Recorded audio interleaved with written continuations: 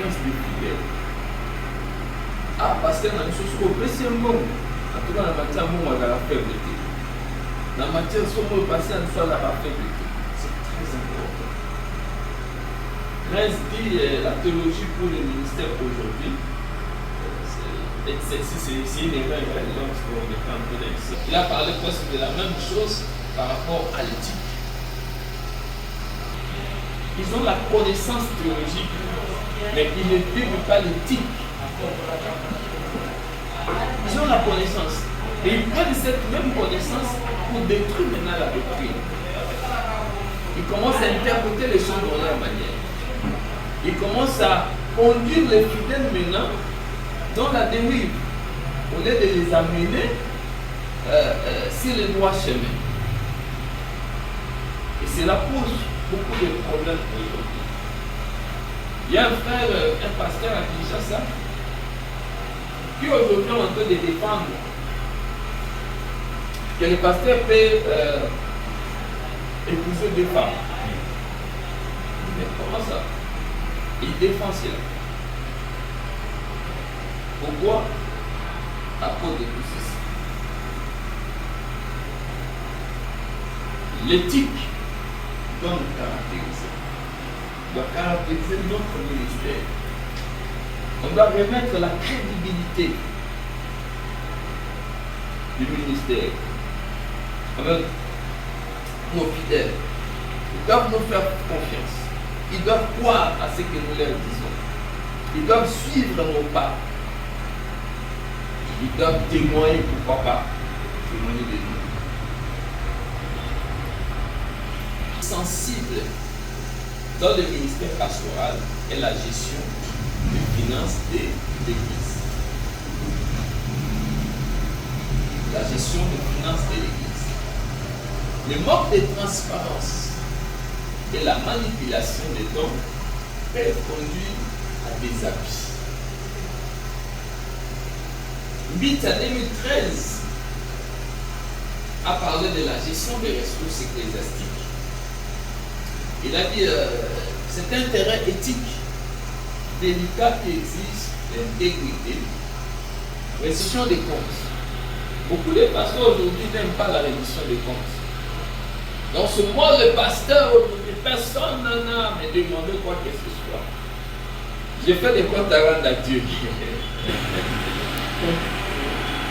La gestion des ressources ecclésiastiques est un intérêt éthique délicat qui exige intégrité, responsabilité, reddition de comptes.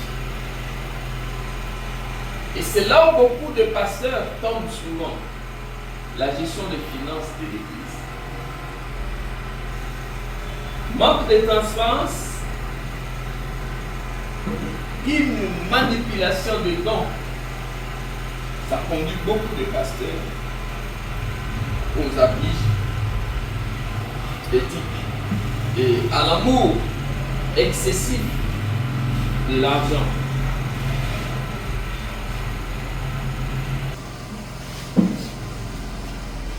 Des Rois 5, 20 à 27.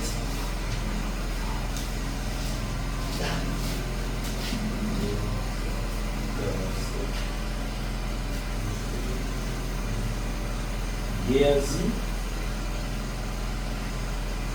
serviteur d'Élisée, homme de Dieu, s'est dit en lui-même, voici mon maître a ménagé Naaman, c'est Syrien, et n'accepta pas de sa main ce qu'il avait accordé. L'Éternel est vivant. Je vais courir après lui et j'en obtiendrai quelque chose. Et Géasi courut après Naaman. Naaman le voya courir après lui, descendit de son char pour aller à sa rencontre et dit, tout va-t-il bien? Il répondit, tout va bien. Mon maître m'envoie et dit, voici, il vient d'arriver chez moi 2 jeunes gens de la montagne d'Ephraïm, d'entre les fils des prophètes.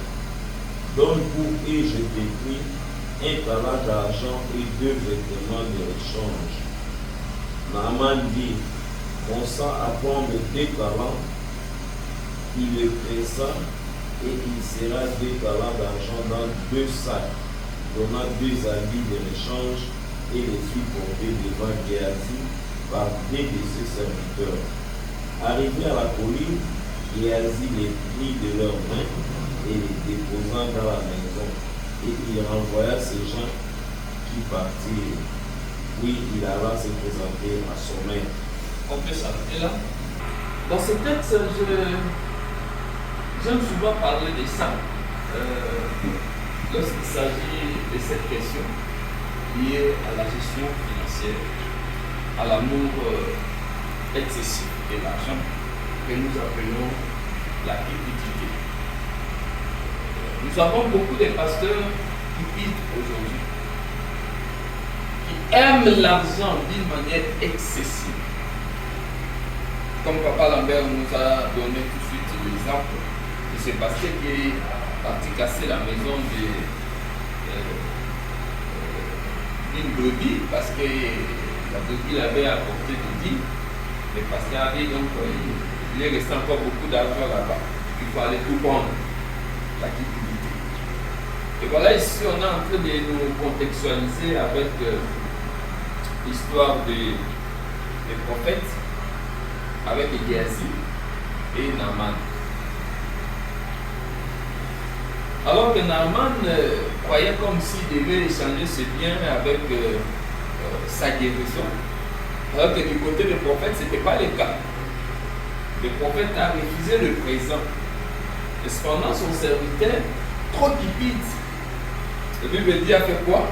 Il a suivi Naaman pour récupérer le présent. Donne-moi, jusqu'au point de me mentir. Et dit, le maître m'a envoyé que vous donnez cela, parce qu'il y a eu des gens qui sont venus. Et la Bible dit, Naaman va lui donner tout ça. Il rentre, le maître dit, mais tu étais où? Il dit, non, je suis allé nulle part. J'étais toujours là. Et le prophète va dire, mon esprit était avec toi. La cupidité. Et par définition, nous expliquons la cupidité comme étant un amour excessif de l'argent. Un pasteur ne peut pas avoir un amour en excès de l'argent. Et cela nous poussera même à modifier les messages parce qu'on a besoin de l'argent. Je vais prêcher de telle manière pour que le fidèle soit influencé, donne beaucoup d'argent parce que j'ai besoin de quoi que ce soit. Nous devons prêcher l'évangile. L'argent, c'est Dieu qui s'en occupe. Alléluia. Amen. Alors, l'amour de l'argent,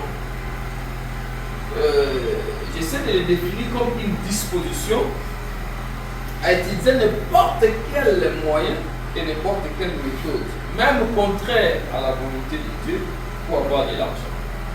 Quelqu'un qui a un amour de l'argent peut utiliser n'importe quel moyen. N'importe quel moyen. Lorsque les pasteurs aiment beaucoup l'argent, il peut même utiliser, je ne savais pas ce terme, comment expliquer, les maquiona, vous le connaissez. Voilà. Le pasteur peut utiliser les maquiona pour avoir l'argent. Un amour exagéré qui peut te pousser à faire de n'importe quoi. On peut même te proposer entrer dans des loges pour avoir l'argent et tu l'acceptes parce que tu as besoin d'avoir à tout prix de l'argent. Et la cupidité dont nous faisons allusion par rapport à l'amour de l'argent a été également même dénoncée par la loi. Vous verrez au 10e commandement dans Exode 27. La Bible dit, tu ne convoiteras point la maison de ton prochain. Tu ne convoiteras point la femme de ton prochain, ni son serviteur, ni sa servante, ni son bœuf, ni son âne, ni rien qui soit à ton prochain. Mais la cupidité te poussera à convoiter. Ça va te pousser à la convoitise. Je dois faire tout. Ah, mais tous les pasteurs aujourd'hui, au moins le carrosse avec les véhicules. Moi, je n'ai pas les véhicules. Il faut que moi aussi j'aille les véhicules. Non, les pasteurs ont construit, mais moi, je n'ai pas. Non, il faut que moi aussi je puisse construire. Et ça va te pousser à faire tout. On ne sait pas ce qui avait poussé Géasi à faire ça à leur époque. Est-ce que Géasi enviait aussi les autres à leur époque? Et il n'avait pas de présent. Il se disait, bon, ça c'est l'occasion qui fait les larrons, on ne peut pas rater cette occasion. Vous voyez un peu ça. Parce que tout vient de la profondeur de notre cœur. Lorsque nous réfléchissons, nous militons ça, cela dans notre cœur, et un jour cela finira par être exprimé. Vous voyez. Et pas seulement par la loi, mais le Seigneur aussi, dans Marc 7, 21, il dit, dedans du cœur des hommes sortent les mauvaises pensées. Les adultères, les meurtres, les vols, les cupidités. Ça sort du dedans du cœur. Cupidité. J'aime être comme lui. J'aime avoir comme lui. J'aime aussi un grand temple. Homme de Dieu, tous les grands temples que nous voyons, nous ne savons pas ce qui fait de ça un grand temple. N'envions pas. Reste avec le fidèle et brebis que Dieu t'a donné. Continue le travail. Et Dieu scelle pendant son de son église. Évangélisons. Multiplions des activités. Dieu lui-même rapporte son église. Ne craignons pas les églises qui impactent toujours le lendemain. Ils montent comme une flèche. Vous ne savez pas ce qui est derrière. N'enviez pas cela. Travaillons. Dieu lui-même sait ce qu'il fera. L'apôtre Paul également en a parlé. L'apôtre Paul dit la cupidité, c'est de l'idolâtrie. Lorsqu'on devient cupide, on commence à adorer quelque chose. On veut à tout prix avoir ça. On le désire ardemment. On rêve même ça. On commence à faire des songes même par rapport à ça. La cupidité. 3:5 dit, faites donc mourir vos membres qui sont sur la terre. La souillure, la passion et l'avarice qui est une idolâtrie. De l'argent. La Bible dit c'est des... Et cela détruit le ministère. Car vous savez ceci, ou impie, ou avare, qui est un idolâtre, n'a d'héritage dans le royaume de Christ et de Dieu.